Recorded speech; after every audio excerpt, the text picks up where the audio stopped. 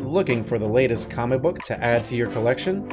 How about the last card for that Magic the Gathering Commander deck? Well, the comic book store's got you covered. Shop online at comicbookstore.tcgplayerpro.com or come in person at 30 North Main Street, Glassboro, New Jersey. Pizza people, welcome back. We've got a super exciting event for you today. We've got the top 8 of the PizzaBox Open Explorer event from August 14th. We've got commentary with OhOneNine and HamHock42. As usual, you can find all the links to their content and links to the deck list from this event in the description below, and I hope you enjoy the video.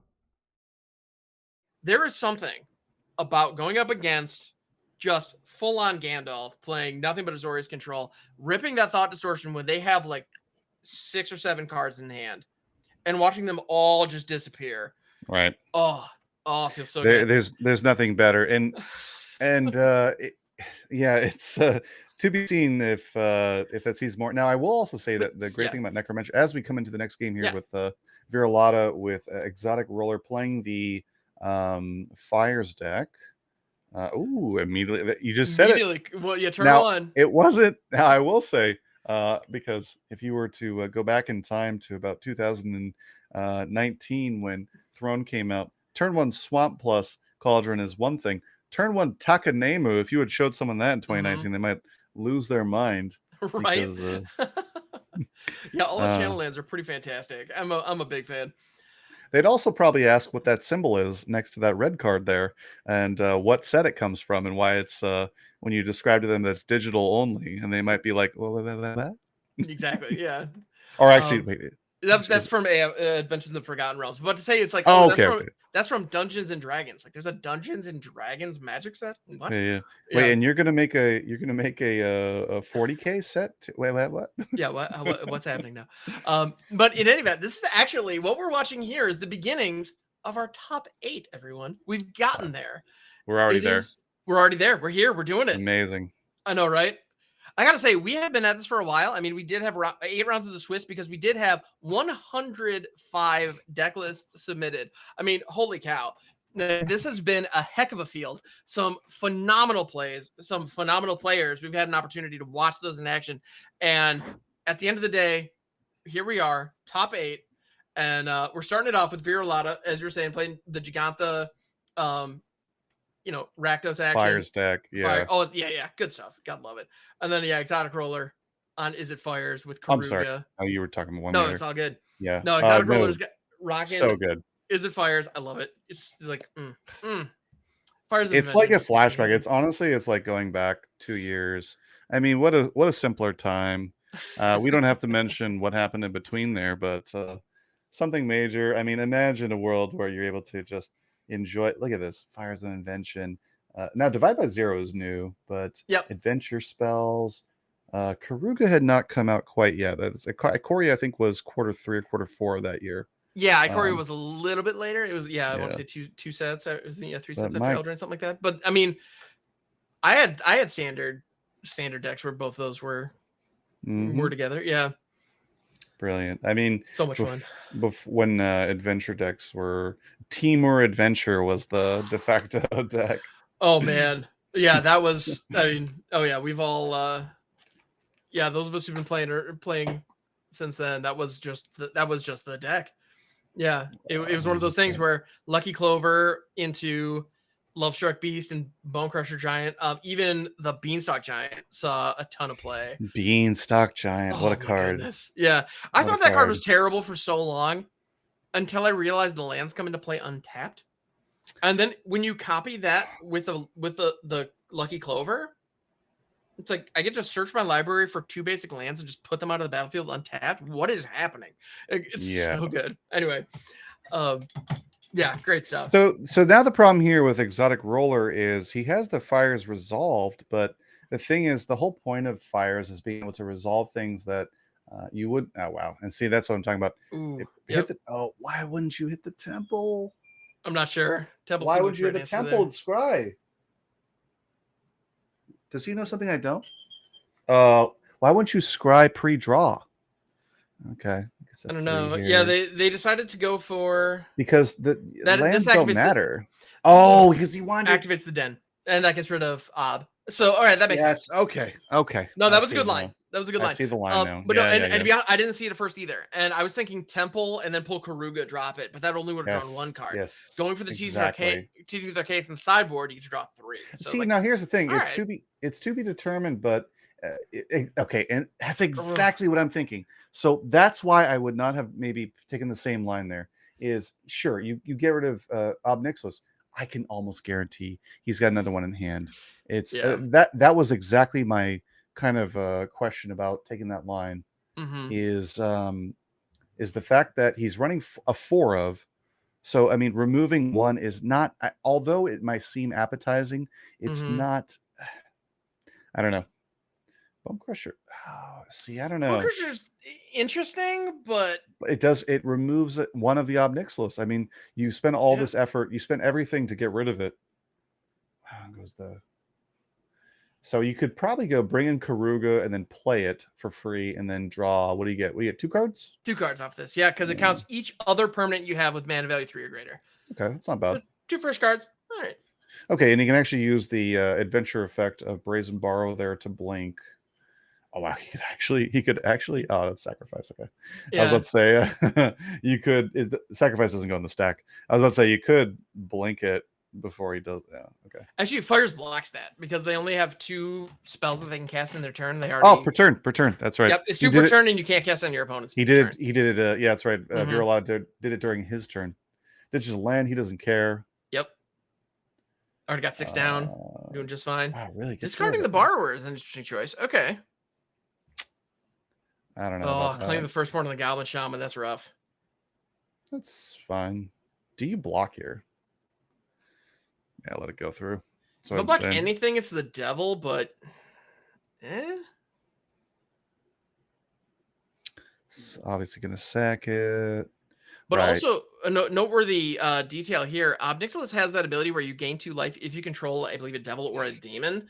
And usually the devil token is kind of carrying that torch for the team, right? But in this case, Mayhem Devil, also a devil. So so that's a thing. Play Scalar for free could use the ability to get everything 1-0 in haste. Yep, buff the team. Which I'm kind of surprised they discarded the Sphinx, because the Sphinx would have been able to attack in on I think you go 2 damage against. Oh shoot. Really? Playing out the Bone Crusher Giant again. Okay, all right. He's going all in. Yeah, being able to pump it up. All right. Buff the team. Do you go face here? That is tempting. Was that 15? Wow. Yeah. Okay. Yeah. Quit. Don't play games here. I like this. Absolutely. I like this. Well, I mean, at this point, Viralata has a lot of good stuff going. Yeah. I don't know. It might have been premature there. Well, what they could have done, Viralata did have an ability to block with the Cauldron Familiar, don't block with the Mayhem Devil, let 15 or so damage come through. Sure. And then they had an opportunity to pop off the following turn. Right. Yeah, I think, yeah, it just wasn't quite there, unfortunately. It was close, but I think Viralata had it. And being able to pull the Cauldron Familiar back to block was that was noteworthy for sure. Man, Cauldron Familiar, that's the thing. And you were mentioning earlier about how maybe the design team wasn't quite aware of how big the ripple effect on that card was going to be, or how those 2 cards were going to make such an impact. Like, obviously they knew of the combo. There's no way that they didn't. But I think that is a very real possibility that maybe they just didn't understand quite how good it was. And I think a big part of that is Cauldron Familiar's ability to block. The fact that it blanks attackers in addition to doing everything else it's already doing is such a big deal. And Wizards made it clear that they do understand that by nerfing it in Alchemy, by removing its ability to block. Exactly. I was just about to say exactly that is making it. I mean, the recursive effect. That's not new. That's existed in Magic for a long time. Yeah. But being able to make it unable to block, I think that's a pretty fair reaction. Mm-hmm. Yeah, and I think that takes the card and the combo itself from being just, I don't know, I mean, it might be a little overblown to say format defining, but to be such an incredibly strong part of these sacrifice decks, to being a pretty, I mean, it's still reasonable. It's still, the oven is still a good sack outlet, and the Cauldron Familiar is still a good place to go if you're doing stuff with like Sanguine Brushstroke, Blood Artist, you know, those types of effects. If you're still going full on Aristocrats, I think it's still worth it. But now all of a sudden, it's not just, oh, I'm running black, so I need to put these two in here. Right. You know, which it definitely felt like for a while there. Yeah. All right. Sphinx of the Foresight here, following the Fires of Invention, is really nice. I mean, being able to, I mean, people sometimes don't understand the value of scry. I mean, the reason that cards like Brainstorm were foolishly included, and then immediately removed within, what was it, like 3 weeks, Ham? It was something. It was like, yeah, 3 weeks, a month, something like that. It's like, Brainstorm was like, yeah, nope, we're pulling that back. Yeah. it turns out that turn 1 draw 3 in a form in the historic is not a good idea. Pretty strong, yeah. Yeah, turns out that even though, again, Brainstorm doesn't say scry, but what it does is draw 3 and then put 2 cards back. Okay, well, you could call what you want. It's not Ponder and it's not Preordained, but it might as well be. Yeah, by the way, you could make a very similar card that says scry 3, draw 1. Yeah, exactly. Yeah, it's not exactly the same, but not quite, almost, but close. Yeah. As by the way, as Viralata does the incredible, that again, you see the interaction there where they're able to sack a token and then Fatal Push. So good. More 1-cost interaction where they're able to immediately punish with the effect where they're able to sack a token. And because Fatal Push does not say when a creature you control leaves, but it says a permanent. And so you're able to, any interaction with blood tokens, immediately makes the Chandra, which is hit the board, go away. So that's a 2-for-1. That's a good interaction for Viralata there. Yeah, absolutely. All right. Takes the 3 here. Blood Death Harvester crashing in. Yeah, Blood Death Harvester is another card that is, it's a little, you know, it's kind of ubiquitous right now, and with good reason, I think, because it is removal. It creates the blood token, so you can filter through your hand, and additionally, it's a 3/2 for 2. Like, yeah, it just does so much. It's kind of everywhere you want to be. Once upon a time, you know, and I'm not sure how much of the cube you've been playing recently that's been on Arena. Ooh, I have not jumped into the cube yet. Once upon a time, a 1-mana 2/2 was a legendary. Yes. I mean, Savannah Lions was a 1-mana 2/1 from the old days when old farts like I were playing back in the 90s. A 1-mana 2/1 was a big deal. Dude, I remember Savannah Lions being like a $20 card.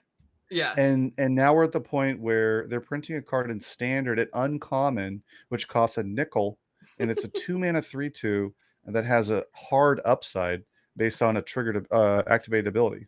I mean, the game has changed. Oh yeah. The game has absolutely changed. The game has changed. Yeah, when you look at a card like, I believe it's Falconwrath something. It's like a Falconwrath Forebearer, I think. Something like that. Yeah, it's a it is a 2/1. Sorry, no, I'm thinking of Falconwrath Pitfighter. 2/1 Vampire Warrior for 1. With the ability pay 2, discard a card, sack a vampire, draw 2 cards, only if an opponent lost life this turn. It's a Savannah Lions that can draw you additional cards in a relevant creature type, and it sees no play because it's not good enough. Imagine. The only place it sees is, ironically, is from a spell book on a broken Cabaretti Rebels deck that is fortunately been finally nerfed because people are so sick and tired of playing solitaire in Alchemy. Man, this game is wild. All right. So, and this is not what Richard Garfield had in mind. I don't think so. No. All right. So Sweltering Suns here, they're gonna cycle it. Excellent. That's an ability, and when you don't need your mana, you might as well.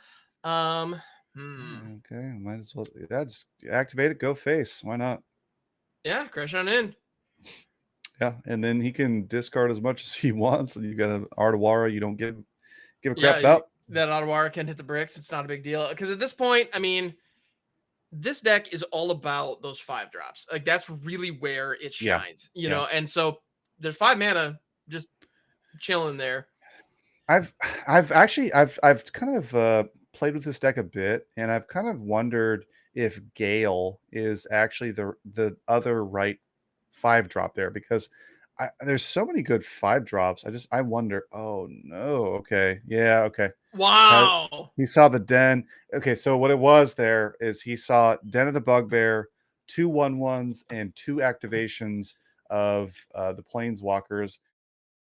They kind of group them all into just one general thing, as saying just mono green. But there are 3 distinct variations that are running around in the format right now. And as I mentioned, they really vary based on the kind of the not finale card, but kind of the midish engine. I guess you call it the engine. Okay. And you could run a number of different copies of each. Actually, you could run one of each if you want to. But Karn, Coco, Henge, right? Mono green is not just mono green. Mono green takes a couple different forms. As we jump over the game here with ToddTurkey. Oh my goodness. No! These are some of the easiest multi-decisions I've ever seen, but unfortunately we're already going down to 5. And also, huge thank you, Darkstream, for the raid. Thank you for bringing your community in for our coverage. We appreciate it. And thank you Welcome. for the showing that you did. Those were some phenomenal games. Very It was well our played. pleasure to commentate on them. Well played. Good stuff. Thank you. Thank you for being here. Great stuff. All right. So he kept on. Did Todd kept on one Yep. a one lander. One lander. Oof. Not Now, ideal for sure. But at the same time, when your choices are either a one lander or a no lander, I mean, it is what it is. Honestly, when your choices are a one lander or a no lander, you go to 2, unless you are relying on the top deck land, which okay. There it is. It So ain't there's over. one top deck land. So the Scavenging Ooze can now hit the field. And there's a Besaijo as well. So all of a sudden, 2 lands off the top, they're still in this thing. There's still fight left in it. Exactly. And the Scavenging Ooze can threaten the Harvester or trigger the Harvester to remove it. I mean, because, Skooz is pretty darn good. As somebody who loves his graveyards, I'm not a huge fan of the Skooz, as you can imagine. But yeah, here comes Fatal Push. Let's say immediate Fatal Push there. Land for turn. You don't want to see the second Ronas. There are a couple of lists here that run a single Ronas for this exact reason. Now with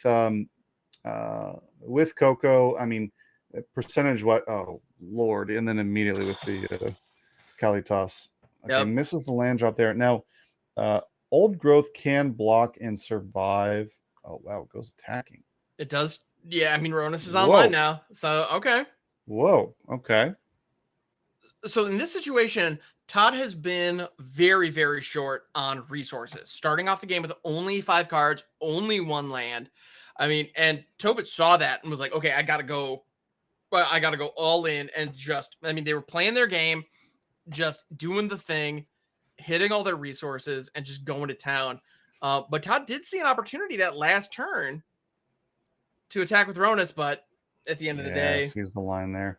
Yeah, that's tough. I mean, there's nothing that's not against him. I mean, do you just keep the deck you have? Because that's the thing now, and this is the struggle with mono green and any other deck that's kind of committed to the game plan here. What do you sideboard in? Because as we mentioned at the beginning of the broadcast here, they're coming at you from every direction. I mean, you can have creature interaction spells, you can have everything else, but they have planeswalkers, they have invoke, they have all these things that just sidestep every little bit of sideboard interaction you have in best of 3, and it makes it so tough, so tough.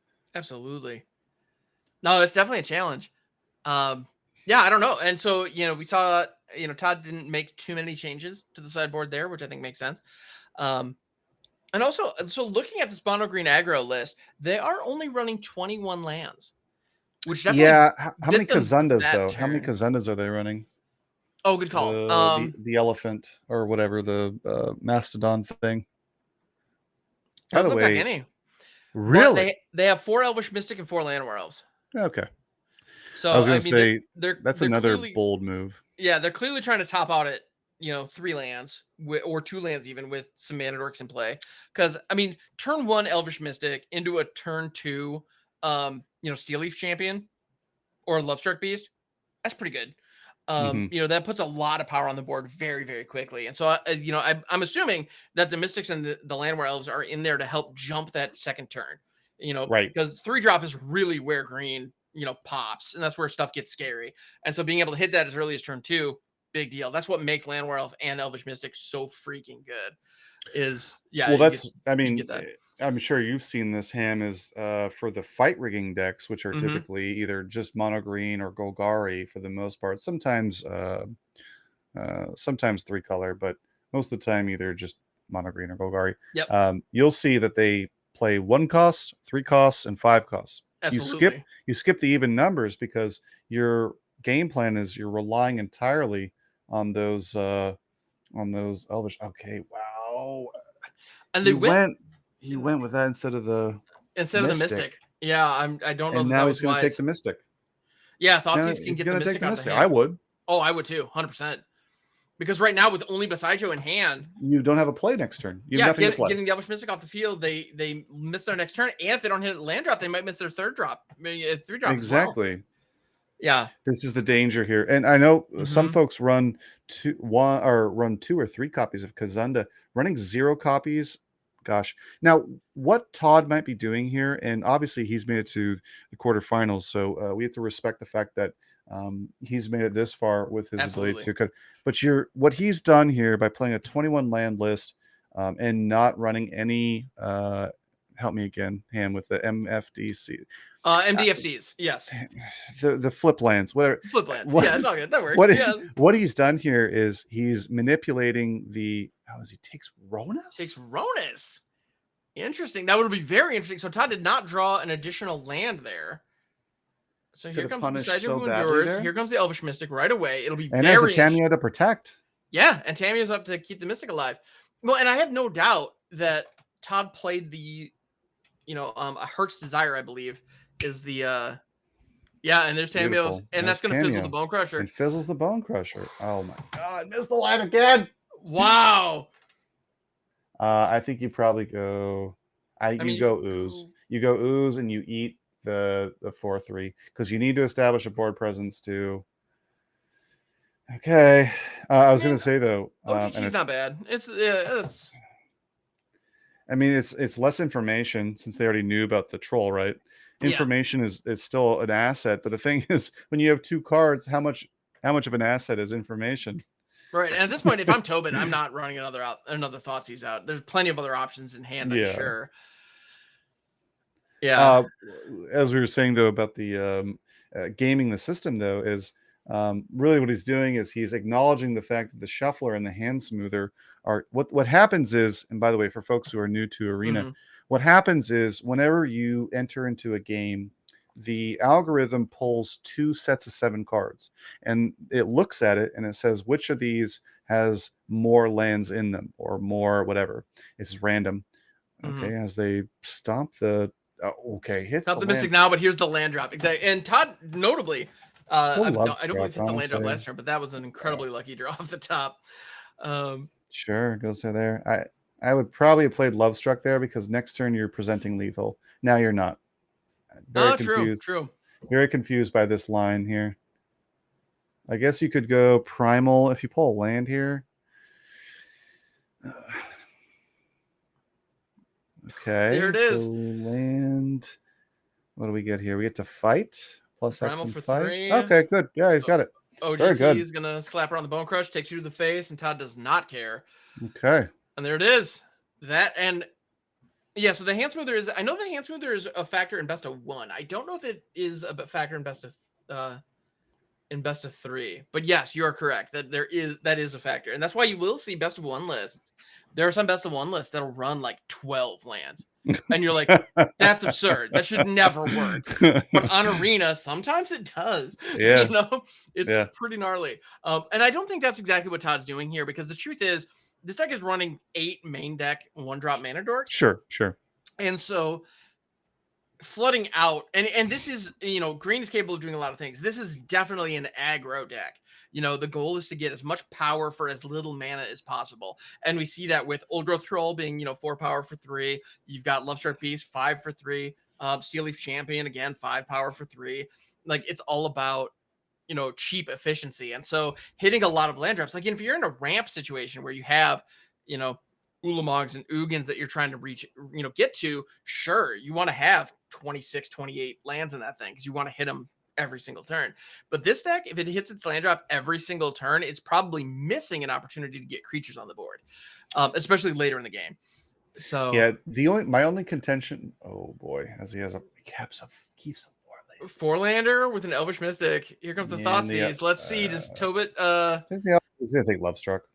Yeah, in this case, Lovestruck makes sense because you get rid of the you get rid of the sorcerer. things. You get rid of 2 things, 2 potential threats, and it's the biggest creature in hand. Now it so does much give, information. Yeah, it does give Screw something to chow down on. Ooh, no. more land off the This top. is okay. We were Look, talking about this. I am right. I'm telling you, this is not some tinfoil hat stuff. I'm telling you, folks, never keep a 4-land hand ever. You will be punished. Yeah. As he gets the werewolf, though, I like werewolf here. is a good hit right on 2. It right only on time. dead to strangle or another fatal push. But the thing is, he's probably up to his neck in both. Right. Yeah, I mean, we know that Rakdos deck, it has a ton of answers. It just does. There's no way around it. Okay. And OGT on curve 2. My goodness, these are some killer top decks. Okay. We've got ourselves a game of Magic here. Right? I attack. Okay. He wants the card. Maybe he wants to wait till next turn. That's a bold assumption that either of these creatures are going to be alive next turn. Right. But yeah, I was about to say, because if your goal is to wait till next turn, yeah, exactly. Yeah, Epic it's a Downfall bold assumption to think either of those are going to be alive next turn. Yep. Yeah, so clearly the goal was to attack with the Werewolf Pack Leader and get the Pack Tactics trigger to draw the additional card, which is incredibly valuable for sure. Yeah, right. No question. But at the same time, yeah, like you were saying, against Rakdos, that's the thing that Mono Green struggles with is they have to make some decisions. Wow, no block. You have to make decisions on double ooze. Wow. Do you pump here? No, you don't pump there. Yeah, we definitely get in for the attack. I'm not sure if this Rakdos runs. Oh, he's gonna eat.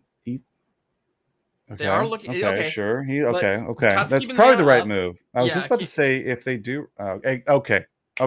Ouch. That's fine. What I was gonna say is if they're running something like a Meat Hook, I don't know how many copies Rakdos runs Meat Hook's sideboard. Probably one of, I think. Yeah, I can believe that. Land Let's see. is just the worst here. Ugh. Actually, I'm not 21 lands. 21 lands, for God's sake. Yep. And this Scavenging Ooze has all kinds of stuff. He found all of them. Yep. He managed to find all of them. My goodness.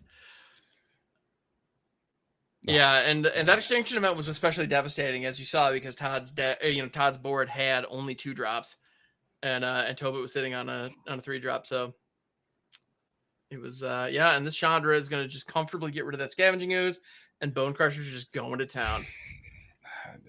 Green, I mean, as much as it's playing that land, I would not have. Yeah, because you might have got 2 free damage if Tobit had a Thoughtseize. Yep. Yeah.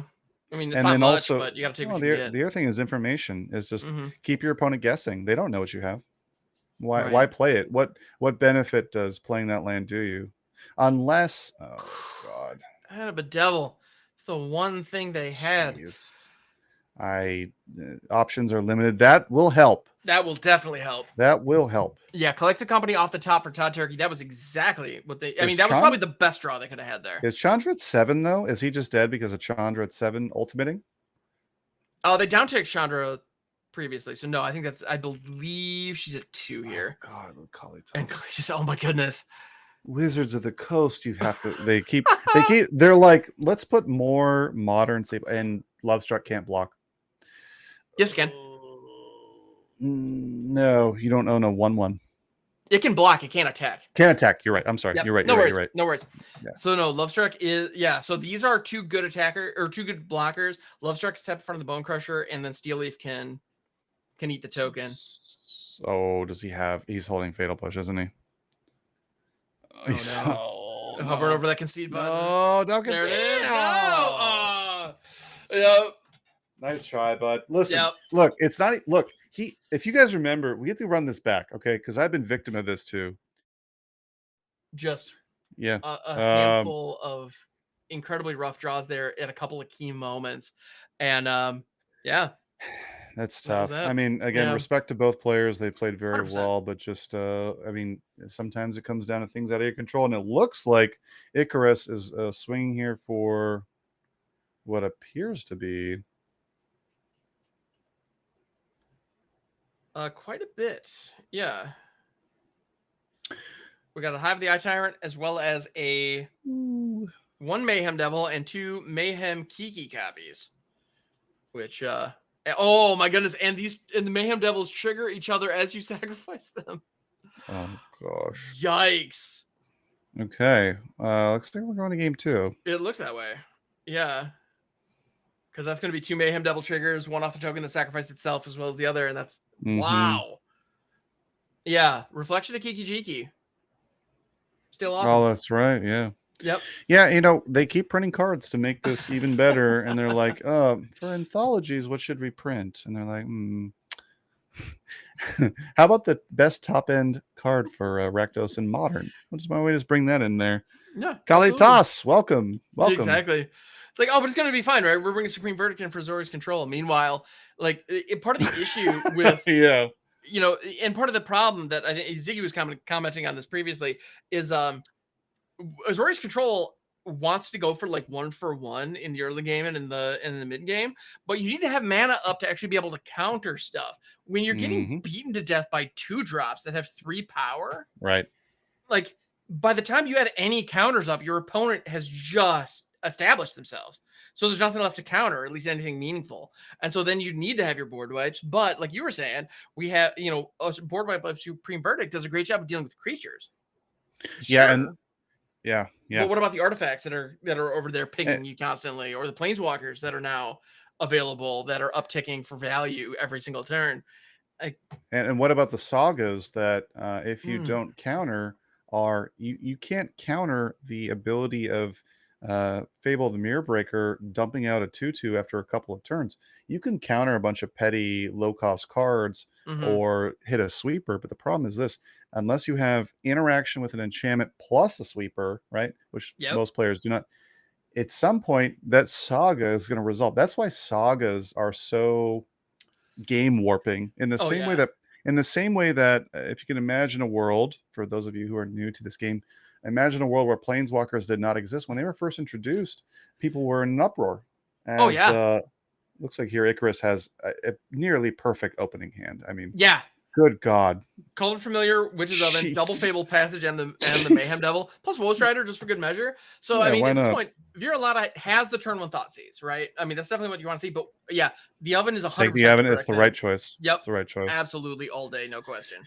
I think you go Fable. Yeah, I would do the same here. Crack the Fable, hit a forest. Yeah, grab forest, so you got your Goose next turn, plus the Cauldron Familiar if you choose to shock in the Blood Crypt. Exactly. Oh, he's a fan of Pokemon lands too. Ham. Let's go. Yeah. You know, my favorite is either the John Avons or the unhinged ones. Oh, they're great. Absolutely, no question. Ooh, and the Overgrown Tomb off the top. Nothing wrong with that. We need the Therese Nielsen ones here eventually. I'm not sure if they're going to make their way in. The I forget the name of those ones where it's like a sunset looking kind of thing. But anyway, are they the Guru lands? Is that the one? Yes, I think so. Those things are so nice. Amazing. They're gorgeous. Yeah, the John Avons are great though too. I love those unhinged ones. Or I can't remember. I can never remember if it's unglued or unhinged. The ones that are in Arena, I think, are unglued. Okay, I could be wrong on that. Yeah, but because that's the little horseshoe and the donkey. Yeah. Instead of the gear, I think, or the wrench. The wrench is the other one too. Yeah, no. Unstable was the wrench. Yeah, and then unglued was a cracked egg. Yeah, that's right. The cracked egg. Yes. Yeah, clam session and all of the ones. Anyways, back to the game here. Back to the game again. We need to just hang out more often. This is delightful. All right, so you were just talking about, by the way, Ham. You were just talking about the difficult ability to like manage 3/2 beatdown, and we're seeing it here. So what Icarus wants to do is, ironically, against Rakdos, is kind of establish a control perspective where he's managing the turn-to-turn resources. Excuse me, by the way, managing the turn-to-turn resources and being able to use that sacrifice effect to his advantage. I think he's going to hold off on the. I would hold off on the Mayhem Devil for the time being and roll out the Woe Strider to start. Exactly. Okay. You want to be able to at least get some value out of sacrificing it, because he's certainly holding some interaction to deal with Mayhem, because that's honestly prime enemy number one. That's Oh yeah. I mean, Oven, Cat, annoying, sure. Mayhem Devil, that's how you lose. Oh yeah, big time. Well, Yeah. and we saw it in that last game, like the last game that we saw kind of conclude. Witches Oven was nowhere to be seen, but there were 2 Kiki Jikis and a Mayhem Devil. And Right. the sheer amount of damage that established or that created was just insurmountable. And yeah, so here we go. So there's Fatal Push. The Woe Strider is a fine target for that because it's not the Mayhem Devil. Right. That said, Viralata knows about the Mayhem Devil because of that earlier Thoughtseize. So they've got to be holding something. There might be a sweeper, you know. I don't know if anger. I'm not sure. I don't know if anger is the play here, because I mean, you know, he probably has an anger in hand, honestly. Probably, yeah. And I would hold it for the Mayhem, get in for 3. This is the beatdown. It's wild. A 2-mana 3/2 with a hard upside is in 2022. Here we are, folks. We're playing Yu-Gi-Oh here, folks. Exactly. Yeah. All right, and then maybe later. Oh, and then Viralata is my gonna play. Speaking of playing Yu-Gi-Oh, Viralata is gonna tribute summon up Nixilis here. Exactly. And, Exactly. Oh, and then he's gonna Pot of Greed him for right. Exactly. Oh my goodness. Actually, he's not gonna draw any cards, so that's not really. Yeah, but here we go. Whatever. So double plus. The Zoomers will correct me later. Oh my goodness. All right. So yeah, Ob Nixilis coming in with a buddy. And the problem here is that Icarus has 0 power on board. So Viralata is able to continue to oh wow, and pulls another 0 there. So now he could go Mayhem and then crack it to do 1 damage. Yeah, I mean at most. I mean, yeah, it's something, but what are you gonna do? Because I mean, you can crack the Fable, so that's 1. Yep. 1 damage, and then you could use the you could use the food token to get the 1 green mana, play another Gilded Goose, or and that would be 2 damage. I mean, it's something. I mean, that's the most we're looking at this turn, though. Or actually, you could just pull out the Cauldron Familiar with the food token. The world, it's so funny is we're really with what I've seen here, Goose, Mayhem Devil, etc. is it's not so far removed from 2019 standard when all these things were in rotation. I suppose it's not, yeah, because I mean that food deck that was in standard, it was Cat, Oven, Goose, Nissa was in. Nissa Who Shakes the World was a big piece of that, if I remember correctly, or at least was around in there. The first ever arena championship, the winner, the Polish MTG player Piotr Golgowski. Apologize if I said his name incorrectly, but Canister, right? Yeah. Yes. He won with John Sacrifice. Nice. In 2019 or early 2020, it might have been, but it was hinged primarily around Kozlid and all these other cards you're seeing here. So it's kind of what I'm saying here is it's very interesting to see the way the things repeat themselves, huh? Absolutely. Ooh, they're going after the Den of the Bugbear here. I like that move, actually.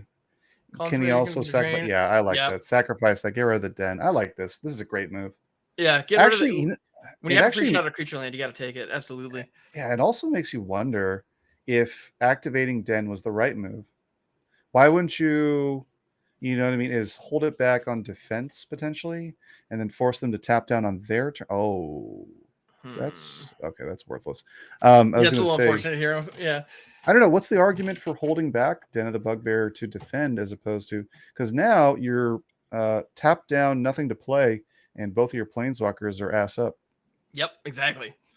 Yeah, they are just waiting to get smacked, and sure enough. Yeah, the token is gonna get knocked out here. Yeah, which is definitely the right move. Very interesting. I personally, now again, here we are. Mhm.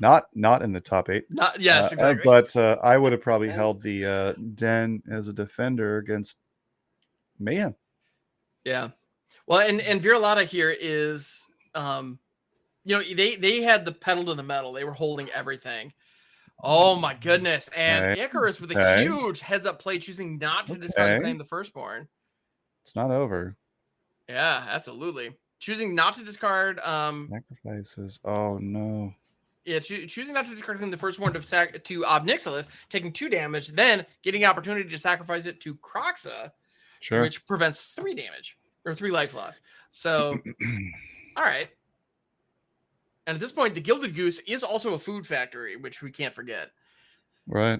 And when your life total is so low, being able to just crack some food and gain some life could be valuable here.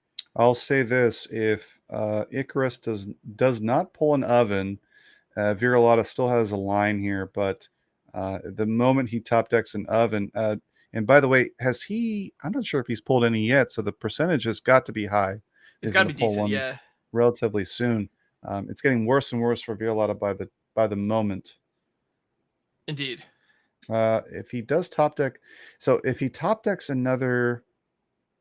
If he top decks, oh, okay, the gain life here. I was about to say, if he top decks another Croxa, you could force him to lose 3, but that life gain immediately shuts that off. Ooh, they're gonna pop the Unlucky Witness. Love it. Spun straight into a fatal push.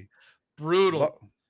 Okay, folks, buckle in. We're not going anywhere. Right? Yeah. So if you were wondering, okay, why the heck did they just do that? If that fatal push had not shown up, had they done anything else, getting rid of the Unlucky Witness there would have opened up a great attack on Obnixilis. Because that Unlucky Witness was going to prevent 3 damage on Obnixilis by chump blocking the Mayhem Devil. So that's right. That fatal push was the only thing that could have shown up there, I think. Like, unless I'm forgetting something, that could have answered that Mayhem Devil. And it spun perfectly in Viralata's favor. Goes with Wool Strider here, fully tapped down, but wait, really? Wait. And Icarus is scooping it up. I don't know about that. Yeah, that might have been a little premature, but that might have been a little premature in my opinion. But without Obnixilis on the board, that was going to be 2 damage regardless. And then maybe they had enough graveyard fuel to sure. Are they, to okay, get so Croxa they're back. gonna drop Jengoth. Oh, didn't see the full thing there. Frame rate on the playback here from the stream that we're watching a little bit low. It's okay. Nothing that if you're watching at home here, it's not you. This is the streamer themselves. Yep. They're writing. It's one of those things. As is the nature of Magic the Gathering streams. Sometimes when we're streaming tournaments like this, we do have multiple pieces of software in the mix to bring you, our lovely faces, our voices, and the game itself. So sometimes there can be interruptions here and there. So sorry about that. All is well. Just well, Ham's beautiful face, my grisly visage. All right, to make a callback. By the way, great Magic card. By the way, grisly visage. Grisly visage. But no, you're exactly right. Don't look it up. It doesn't exist. Okay, I definitely just did, and yeah, you got me on that one. Yeah, that sounds like it should be. I think Grim Visage does. Hold on, no, we're looking. All right, what kind of there's broken visages? Hideous visage is a card. All right. Anyway, Watsy, if you're looking, hideous visage. Hideous I found visage, there it is. From Magic 2012. What a time to be alive. Right. All right. So Viralata hitting the thoughts, he's getting Corvold out of hand. And I got to say, Viralata is probably breathing a sigh of relief there, because while it was probably going to be a little while before Corvold was a factor, if Corvold gets an opportunity to hit the board, it is tough to deal with. So being able to remove it for 1 mana feels pretty good. I don't like Icarus's hand right now. It's not looking good. No. Okay. Trail of Crumbs just got a lot better. So much better. Just got a lot better. Jeez. Yeah. A Trail of Crumbs plus Gilded Goose is an awesome combination, and Viralata knows it. So Fatal Push on the Goose. Because what Fatal Push what Trail of Crumbs and Goose gives you is, 1, it gives you 2 food tokens so the Goose can trigger turn after turn. But the Goose taps, sacrifices the treasure token, which triggers Trail of Crumbs, and it gives you the mana to pay for Trail of Crumbs. Right. So they just go together perfectly. Again, much like Cauldron Familiar and Witch's Oven, Gilded Goose and Trailer Crumbs, just perfect fit. Yeah, that's Yeah. right. And we see Viralata resolving the Mayhem Devil there in response is just, it's a must remove. You know, we talk about cards that are kind of, you know, back in the old days of Magic, we said, oh, wow, actually found his own. Okay. All Okay. right. You know what, folks? Every moment that I think this game is over, I'm wrong. So at this point, Icarus has a couple options. And I do agree with you that Icarus's hand is not looking great. Because if there was a sacrifice outlet online right now, if we were looking at a board state with an oven or a Woe Strider on it, all of a sudden that claim the firstborn to go grab that Mayhem Devil would be insane. Right. You know, getting that devil off the field would be a big deal. What is the what's the line there where what's the attack line that you saw there where he brought in the Cauldron Familiar unblocked?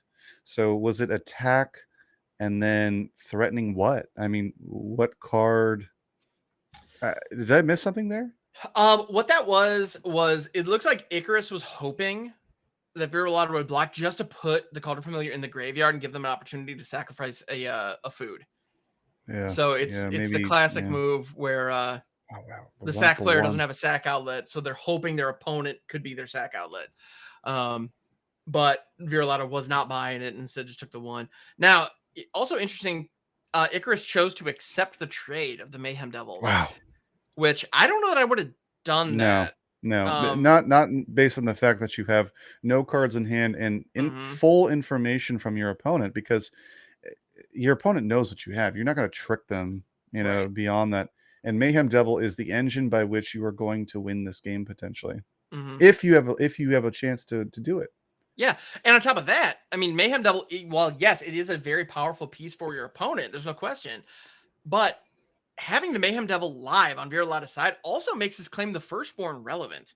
Sure, absolutely. So that's another detail that I think is maybe not like the prime reason to, you know, to leave it around, but it's a factor. You know, having a 3/3 you can steal, you know, that could go after these planeswalkers. Feels pretty good. Gotta hit the hive here. It's not what you want to do, but you have to play. You have to play for the future. You started with a very ugly hand, and kept it there. Finding the Binding the Old Gut. The thing is, the Ob Nixilis is so broken because Binding the Old Gods would be typically a de facto answer for Planeswalker, right? Oh, it's a great Planeswalker answer generally, yeah. But now, so much. Do you steal? Wow, he's gonna take the 4 damage. Man, they are Icarus really wants to hang on to that. Does he? Was it 3 loyalty? I mean, I guess you could crack that. Crack that. Hive is all of a sudden online now. Well, but if you Hive, you can't. Binding. Suddenly the board states. I mean, obviously Viralata still has a much more preferable board state, but instead of having 5 cards in hand, he just has 2 cards in hand. That was the thing earlier that really made it a bit ugly. Was just kind of condition that he had hitting. Now here's the thing: you hit a forest there, but Binding the Old Gods is going to hit a forest again. Was hitting the swamp the right choice? Interesting idea. I think grabbing the forest is fine, because if I'm not mistaken, this deck is running Overgrown Tombs, which the and here we go. And so still steals the creature to get rid of that. Gets rid of. Now he's tapped down though. Yeah, so Icarus, I mean, went all in on that line, and it's tapped out with no cards in hand. And with no oven, no sack outlet. He does have a hive of his own. And Trail of Crumbs can help dig out of some situations. So we'll see. I mean, next turn, if Icarus were to sacrifice the food token, pay for Trail, and grab an oven, if it were to line up that way, all of a sudden they're back in this thing. But Viralata attacked without activating the Den. That tells me they've got something. Now they might also be considering pulling Giganta to hand, which is in this deck basically because it's a free roll. Yeah, right. But they have the Kolaghan's Command cutting off the Trail of Crumbs line, and here comes a Mayhem Devil to boot. Okay. My goodness. Yep. Oh, land. And then you dig for a land. Yeah, Overgrown Tomb and Stomping Grounds is That's So, right, because it's fine. not a. Sometimes I forget that binding is not basic. It's Yes. just Oh, forest. yeah, that's a big deal. Now here's the question: do you go in for 3 and no? No, No, you no. got to keep it back to block. The As answer much is as it no. Hold that as land in your unpleasant as it hand. is, it's what you got to do. Yeah. I don't know. I personally hate blocking with my creature lands, but is what it Oh is. my god! Crocs are coming down, Now it's worse than just not even having a land in your hand at all. right? Because now you don't have a land in your hand, and you're still And you lost taking 3 3. life. Yep. Ouch. I think we're gonna see the end here. Sacks the yeah. Yep. Crocs of sacks. So that's Okay. Oh wow, man, with the oops. yeah. Okay.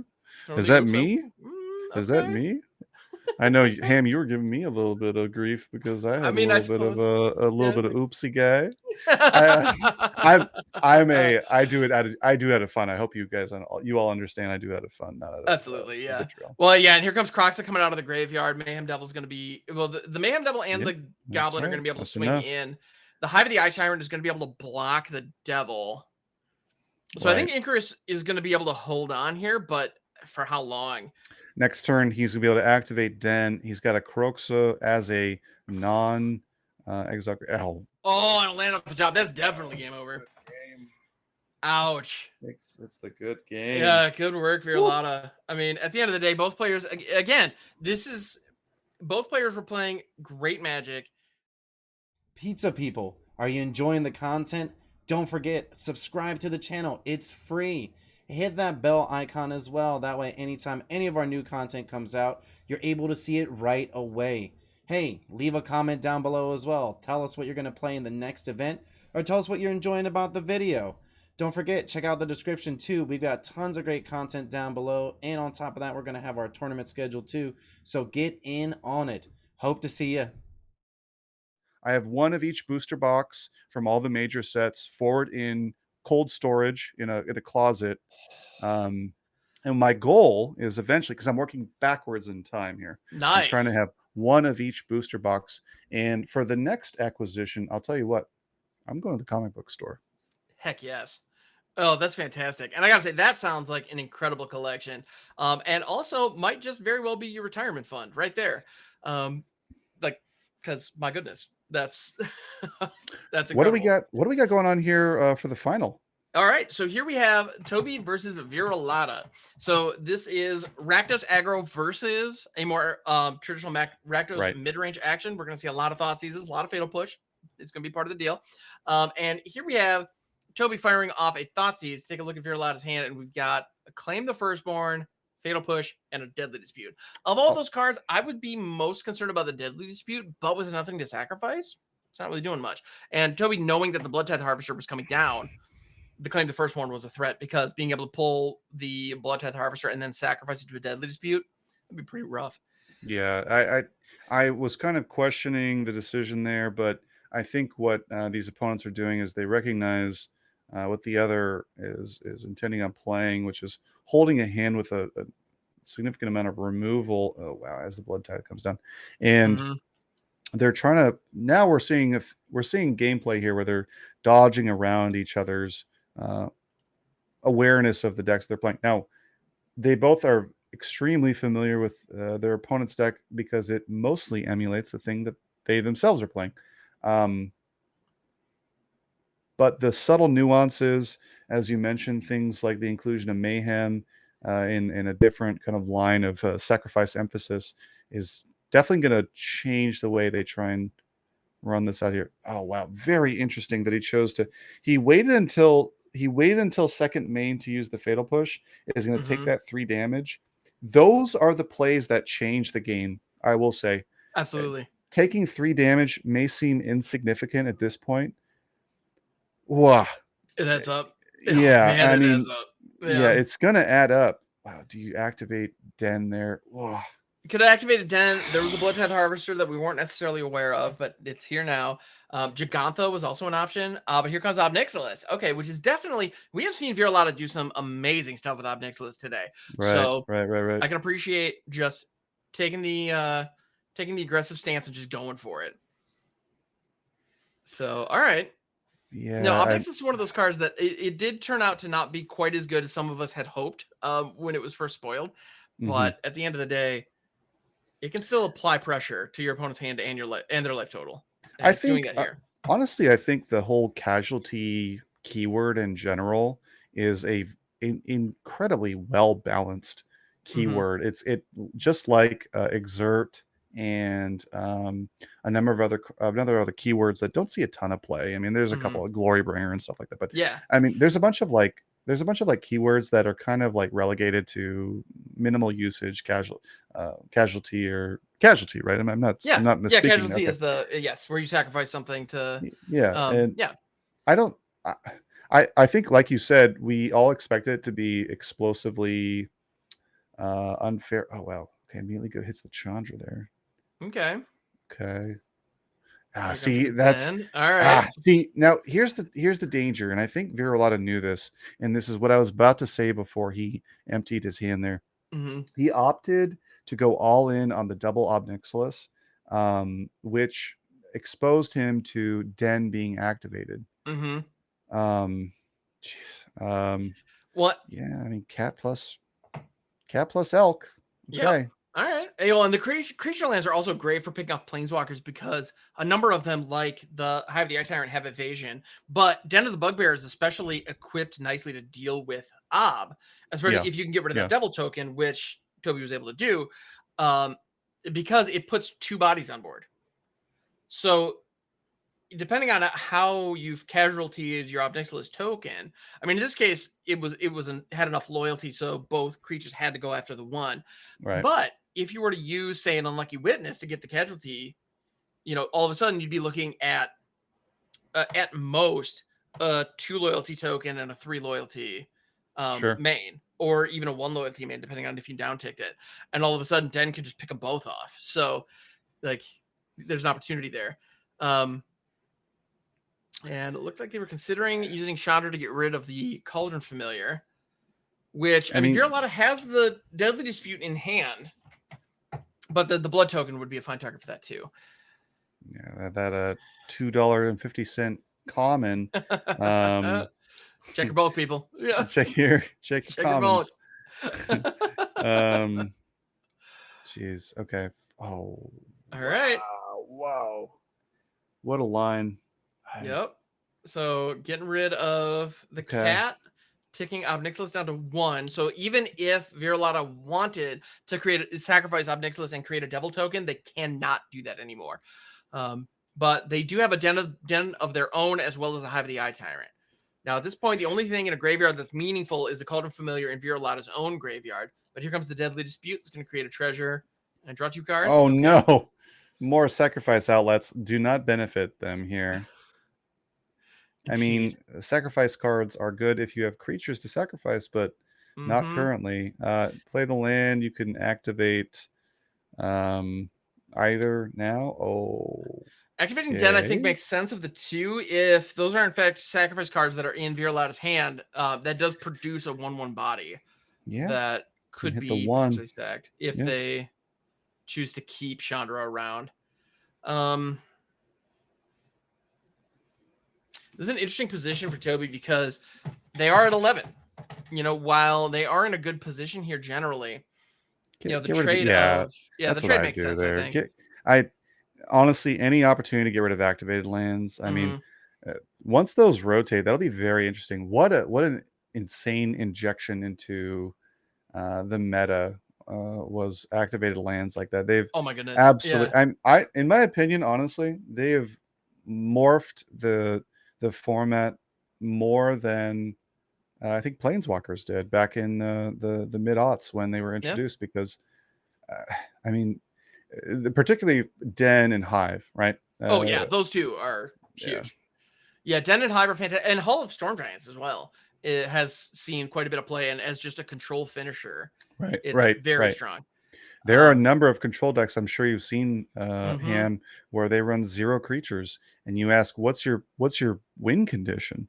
And they might have a 2 of Storm, Hall Giants or whatever. Yeah, Hall of Storm Giants. I've seen that. I have. They might, and that's their win condition is a 2 of.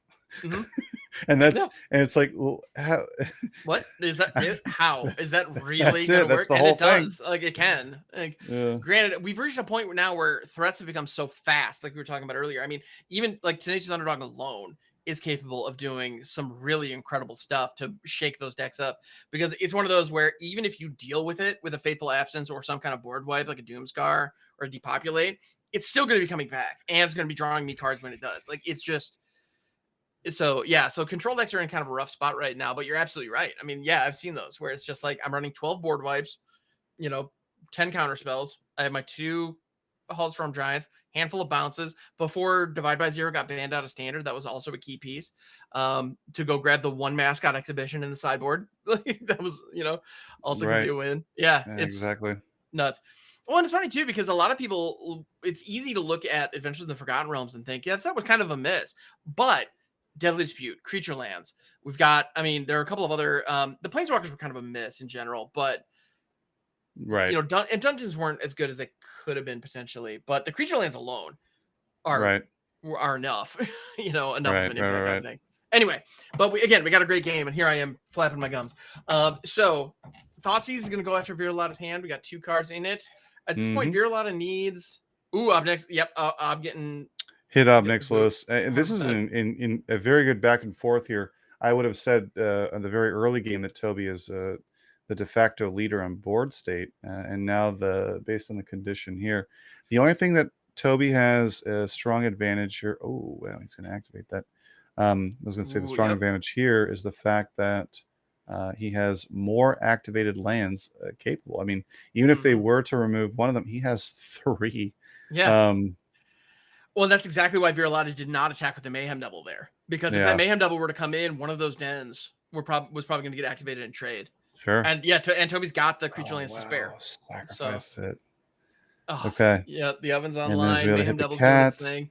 Toby's got to dig for something. So I understand this hurts, but you got to do it. And the thing is this, now that his activated land is gone, if he does have a Hidetsuku, it's tempting now looking at this for folks who are building best of 3 decks in Explorer. Is running 1 or 2 copies of Hidetsuku main board worth it? I mean, in this meta, it would have been pretty solid. Yeah. I'll say, because also if you think about it, Ham, it's going to hit a bunch of cards in that mono blue spirit deck that we were talking about too, won't it? That's true. Yeah, your Mausoleum Wanderers, your Spectral Sailors, yeah, those all get swept up. Absolutely. Those all get swept up. I mean, you're going to wipe out Jund Sacrifice. You're going to wipe out Blue Spirits. You're going to wipe out opponents that have any amount of treasure basis, which is, we mentioned Jund, but also Rakdos here. I have an honest feeling that Hidetsuku should be a main board. If you want to run anti-meta, right? If your shtick is looking at the state of Explorer and saying, how do I defeat what's out there, right? The same way that folks are out there looking at Historic and saying, why don't I just main board a bunch of you cannot gain life this turn against all the Selesnya and mono white angel decks. Why not just run Hidetsuku main board and just wipe up an overwhelming majority of cards once you hit 3 CMC? That's a great point. I mean, I got to be honest, I'm probably gonna, in my Explorer brews in the future, I'm probably gonna include it, especially my best of 3s. Yeah.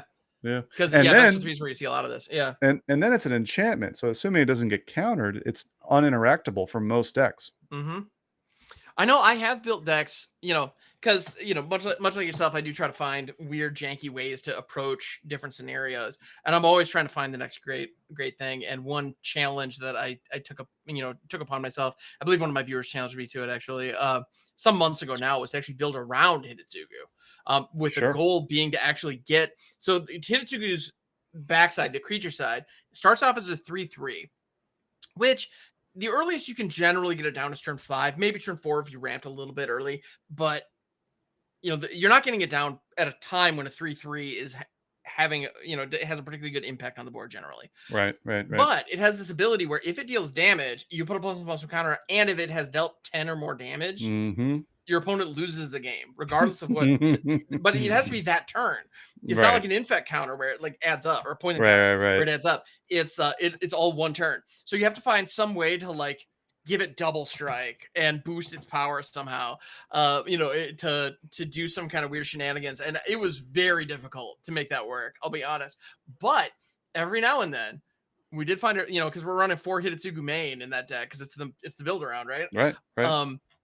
Every now and then, in against certain matchups, being able to just top decking one late and just ripping it was devastating. Because even though that wasn't the goal of what we're trying, we weren't trying to tech the meta in that situation, but inadvertently we did, and it absolutely works. Okay, here comes a thought seize from Toby. Ooh. You probably take the Blood Tithe. It's just such a nuisance. Yeah, Blood Tithe is definitely an issue, but the double Crocs is also not great. No, I mean, you can probably absorb a little bit of discard here. I mean, you're exchanging 1 for 1 on that. Blood Tithe is a immediate clock. Yeah, true. And as we saw in the last game, that 3 damage is just brutal. And there's so many. The other thing that blows my mind is just how many good 3/2s for 2 there are right now. And Blood Tithe Harvester is definitely so up there. amazing. Yeah. Yeah. So I mean, imagine going back, and also, I mean, the equivalent then is on the other side is on white you get Thalia, which is only a 2/1, but has first strike and has, of course, the extreme upside of slowing down anything non-creature based. Absolutely. But actually does handle Blood Tithe well. I think made the right decision there. Hitting Blood Tithe. Croxa is right. Doesn't have the additional swamp to be able to use the village rights holding full control. Double Colligans is interesting here. Yeah. But yeah, actually, sorry, another one that comes to mind is Sun Gold Sentinel, which is another 3/2. Oh, right, yeah. 2, that a lot of people don't even think about because they're better options, which is bonkers. So the last the standard tournament that we ran here on PizzaBox, on Hollywood Pizza's channel here, we actually did the standard tournament, and Magic Brad and I were talking about the lack of presence of mono white, or well, not so much the lack of presence, but the fact that mono white was up until very recently had kind of diminished in its presence, because if you recall, not more than a couple months ago, probably more like a couple months ago, mono white was the de facto best deck in standard, and it's kind of tapered off quite a bit. And there were some decks we saw in the top 8, Magic Brad and I, but you just mentioned some of the cards there are still bona fide, beaters. Oh yeah. Well, and I mean, we do see, and you're exactly right. I mean, mono white aggro was just the thing. If you played on the ladder, best of 1, best of 3 didn't matter, but it was just what you ran up against, and it made sense, and it still kind of does. Because I mean, if you're looking at standard, I think mono white still has a place. It hasn't really popped, or actually, really, it's shifted. It's kind of evolved. It's Boros into the now. Boros, exactly. Yeah, the exactly. Boros aggro list that we see, because that gives them access to Fables, Sunrise Cavalier, those kinds of things. Which all right, makes sense. It's just more efficient, and you can just get to do the thing. But you still get to lead off with some incredible 1-drops and Hopeful Initiate. Usher the Fallen was another big one. Like Usher the Fallen into Luminar Casperant. I cannot tell you how many times we've all seen that opening. It was good stuff. But so great use of Colligan's command there, by the way, by to be able to dig for the return of Blood Tithe, which was thought seized on turn 1 by Toby. Dug it out, was able to force him to discard, which looks like he discarded a land, which is not impactful, but oh wow, Takanemu for the channel ability. Wizard of the Coast. Looks like a client there was having a seizure. What do we have here? A little bit. So there were what, 3 lands that got milled from that Takanuma, and then Toby managed to draw another land, and the only creature that was put in the graveyard was a Tenacious Underdog, which frankly it might be nicer if it was still there. I mean, in the hand it's fine. Yeah, but I was just about to say, I'm surprised by the lack of Takanemus, although those are cards that you bring in against a control deck, right? Because of that recursion effect out of the graveyard. And the fact that you can activate at instant speed is really excellent as well. Yeah, so end of your opponent's turn, hit attack Numa, go grab something, potentially field your yard if you care about that, and then have a creature in hand that you can rip the following turn. is pretty nice. And here we have the Tenacious Underdog, which, you know, it's easy to, I mean, it's kind of easy to forget, but you can blitz it out of your hand. And if Viralata, so there's another Croxa in Viralata's hand, if I'm not mistaken. And that might be coming down here, but discarding Tenacious Underdog is fine, frankly. Instead, they decided to rip out a Mayhem Devil. Nothing wrong with that. Mm-hmm. And suddenly it shifted dramatically towards Viralata here because, again, cards in hand, it was favoring Toby early on, and perhaps all of the one-for-one removal and interaction not going to benefit them here because of the ability for Viralata to strip away as he pulls another land, albeit tap land there, and then the one for one, that's the downside. That's the danger of discard, right? And myself being my favorite pet deck being mono black discard and historic, even though I know it's terrible. The danger of the danger of discard is that one for one trade on value can be good if you're able to disrupt them in meaningful ways. If it's just removing cards they're able to replace, it falls flat. And it looks like Toby here with the number of Thoughtseizes he's played, trying to strip away at what Viralata has. I might have a little bit of the frame rate is kind of declining here. I mean, still a line here for Toby, but based on the number of cards in hand for Viralata, it doesn't look good for Toby. No, I think that's exactly right. You know, Toby has a couple plays here. So the Graveyard Glutton is now a 4/4 that can eat 2 things out of the yard, which is nice. Tenacious Underdog and Hive the Eye Tyrant are all available. So Toby could get in for a fair amount of damage here, potentially. But I was also going to say the ward effect there on the Graveyard Trespasser flipped to the werewolf effect is very nice because it does deny the Mayhem Devil from being able to ping it. So, for example, it doesn't deny it, but makes it more difficult. Typically, you know, with Mayhem, you want to ping down opponent's creatures.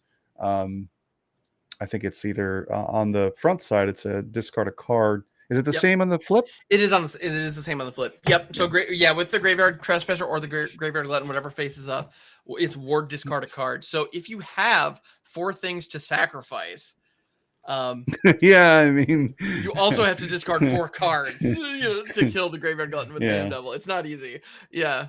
Even the one, so if you were to block plus the 1 damage on the sacrifice, you could get away with it ditching like a Village Rites or something like that. But yeah, there's another K command, pulling up the Unlucky Witness and stripping a Blood Tithe Harvester out of Toby's hand. Okay.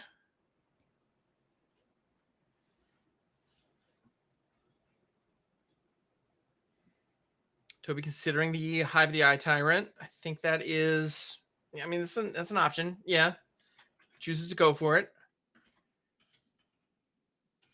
And crashing in with the team. All right.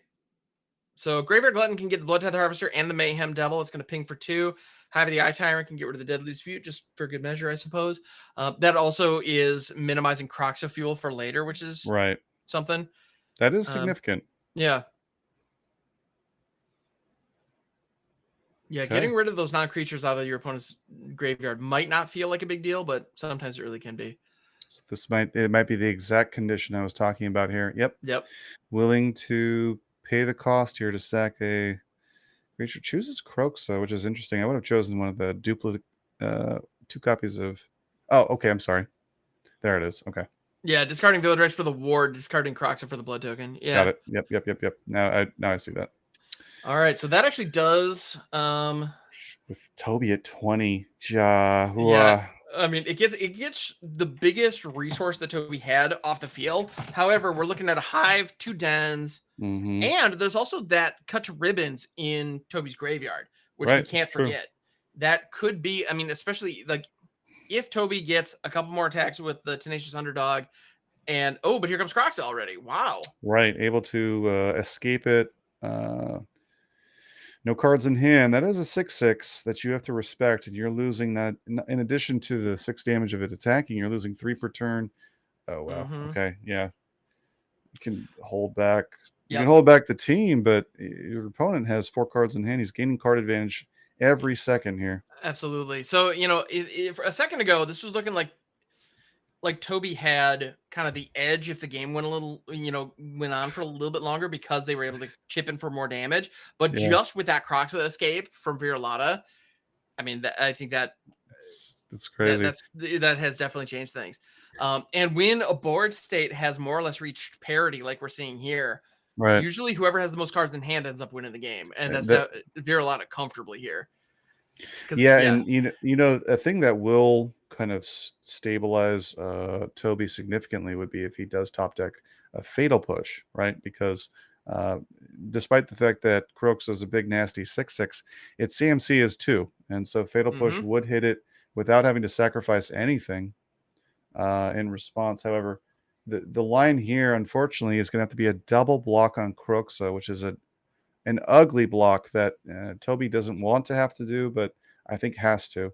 Alternatively, if he wants to gamble it all, he could take the looks like he could gamble it all and take the 9, right? 6 for the damage, 3 for the discarding of no creature or a non-land card. Yep. Yeah, and is going to take a fistful, trying to swing back for the win. That would definitely be gutsy. Yeah, and well, Viralata is kind of weighing all these options as well, thinking is it even worth it to attack with Croxa this turn, knowing that the double block is definitely a factor. Chooses not to, and Toby drawing an unlicensed hearse here, which I don't know. I don't know about that. Decent. I would have got in with Croxa if it were me. You've got a bunch of bodies to hold in the backside. 9 damage is 9 damage. That's a 2-turn clock. You got to go for it. Yeah. I can appreciate that. And I think knowing that Toby had limited resources, you know, when I'm in a situation like that where I have card advantage and I have an opportunity to, you know, erase my opponent's board, even if I do have to sacrifice an incredibly powerful 6/6 like Croxa, even knowing how much graveyard hate Toby has, you know, even assuming Croxa doesn't come back and there's no, you know, recursion there and any additional value later, I think it's still probably worth it. I think so. Yeah. Both players already have their dens. Den the Bugbears just kind of squared off on either side. That's more or less a stalemate in terms of value. I probably would have Croxed there and then held back the other 2 as potential.